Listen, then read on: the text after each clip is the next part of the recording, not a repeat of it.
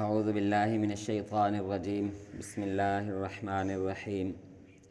الم تر الی الذی حاج ابراہیم فی ربہ ان آتاہ اللہ الملک اذ قال ابراہیم ربی الذی یحیی ویمیت قال انا احیی وامیت قال ابراہیم فإن اللہ یأتی بالشمس من المشرق فأت بها من المغرب فبہت الذی کفر واللہ لا یہدی القوم الظالمین صدق اللہ العظیم۔ سورۃ البقرہ آیت نمبر 258۔ حضرت ابراہیم علیہ السلام انہوں نے جب اللہ تعالیٰ کے دین کی طرف لوگوں کو بلانا شروع کیا، دعوت دی، تو قوم مخالفت ہوئی اور پھر بتوں کو توڑنے کا مشہور واقعہ ہوا۔ اسی طرح پھر اس وقت کا جو بادشاہ تھا جس کا نام نمرود مشہور ہے تاریخ میں،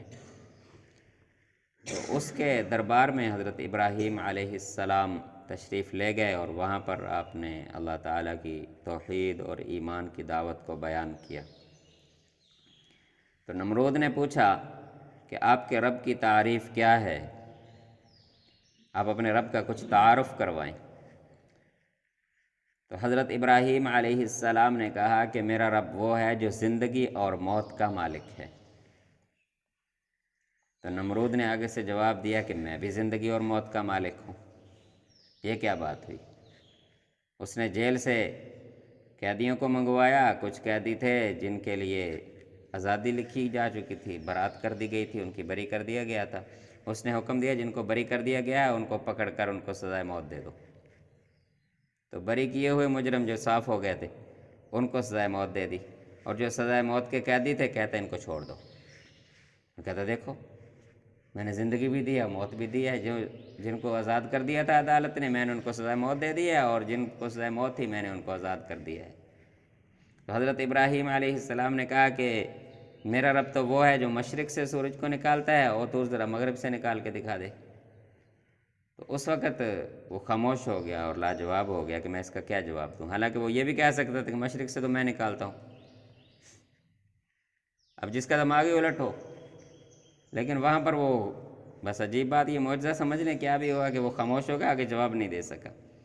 تو یہ اس مبارک آیت کا خلاصہ اللہ تعالیٰ فرماتے ہیں کہ جب بھی ہم کسی کو تھوڑی سی وسعت دیتے ہیں، کچھ آسانی دیتے ہیں، وہ اپنے آپ کو کچھ اور ہی سمجھنے لگ جاتا ہے۔ اب نمرود کو بادشاہت دے دی، اب اس نے سمجھا کہ پتہ نہیں بس میں رب بن گیا ہوں، خدا بن گیا ہوں۔ الم تر الی الذی حاج ابراہیم فی ربہ، کیا آپ نے اس شخص کو دیکھا ہے، اس کو جانتے ہیں، اس کے حالات آپ تک پہنچے ہیں کہ جو حضرت ابراہیم علیہ السلام سے جھگڑا کر رہا تھا اس کے رب کے معاملے میں؟ ان آتاہ اللہ الملک، وجہ صرف یہ تھی کہ اس کو بادشاہت ملی ہوئی تھی بس۔ اذ قال ابراہیم ربی الذی یحیی ویمیت، جب ابراہیم علیہ السلام نے کہا میرا رب تو وہ ہے جو زندگی دیتا ہے اور موت دیتا ہے، تو نمرود آگے سے کہنے لگا، کہنے لگا انا احیی و امیت، زندگی اور موت میں بھی دیتا ہوں۔ پھر اس نے یہ دکھایا کر کے قیدیوں والا معاملہ۔ قال ابراہیم فإن اللہ یأتی بالشمس من المشرق فأت بها من المغرب، حضرت ابراہیم علیہ السلام نے کہا کہ اللہ تعالیٰ تو سورج کو مشرق سے لاتا ہے اور مغرب میں غروب کرتا ہے، اور اگر تو رب ہے تو آج مغرب سے لا دے، مغرب سے طلوع کر کے دکھا دے۔ فبہت الذی کفر، بس وہ کافر ہکا بکا رہ گیا آگے سے، کیا میں اس بات کا کیا جواب دوں، حالانکہ دے تو سکتا تھا لیکن نہیں دے سکا، اس موقع پر زبان بندی کر دی اللہ تعالیٰ نے اس کی۔ واللہ لا یہدی القوم الظالمین، اللہ تعالیٰ ظالموں کو ہدایت کا راستہ نہیں دکھایا کرتا، وہ اسی طرح الٹے سیدھے بہانے کر کے بس اپنے غلط راستے پر قائم رہنے کی کوشش کرتے ہیں۔ تو ایمان والا وہ ہوتا ہے کہ جو اپنے ضمیر کی آواز پر صاف لبیک کہتا ہے، سمعنا و اطعنا، کہ ہم نے اللہ کے پیغام کو سن لیا اور ہم نے اطاعت کی۔ کوئی بھی موقع ہو، ابھی موقع نہیں ہے کسی عمل کا لیکن اس کی دعوت آ گئی اللہ تعالیٰ کی طرف سے، پیغام ہم نے سنا، تو دل میں یہ نیت کر لینا۔ اللہ تعالیٰ نے قرآن مجید میں فرمایا ہے سورہ محمد میں کہ ایک تو چیز ہے اطاعت کرنا، کہ جو اللہ اور اس کے رسول کی طرف سے حکم دیا طاعہ، اطاعت کرنا۔ دوسرا ہے وقول معروف، کہ ایک ایسا معاملہ ہے جس کا ابھی موقع نہیں ہے لیکن اس کی دعوت بیان ہوگی، اس کا حکم بیان ہو گیا، تو اس پر آگے سے یہ کہنا کہ ہم نے اللہ تعالیٰ کا یہ پیغام، اللہ کے رسول صلی اللہ علیہ وسلم کا یہ پیغام سن لیا اور ہم اس پر عمل کے لیے انشاءاللہ تیار ہیں، جب بھی اس کا موقع آئے گا، حکم آئے گا، ہم اسے پورا کریں گے۔ مثال کے طور پر ابھی رمضان گزر گیا، اگلے رمضان میں ابھی 11 ماہ باقی ہیں، تو کہ ہمارے سامنے آیات پڑھی جائیں، ہم خود آیات پڑھتے ہیں، یہ کوئی بیان ہوتا ہے روزے کے حکم کے بارے میں، تو ہم دل میں اللہ تعالیٰ کے سے ارادہ کر لیں کہ یا اللہ ہم نے سنا ہے، جب اگلا رمضان آئے گا تو انشاءاللہ ہم فریضہ پورا کریں گے، آپ توفیق عطا فرمائیں۔ زکوٰۃ کا معاملہ ہے، زکوٰۃ ہم نے دے دی، ابھی اگلے سال کسی نے دینی ہے، سال پورا پڑا ہوا ہے،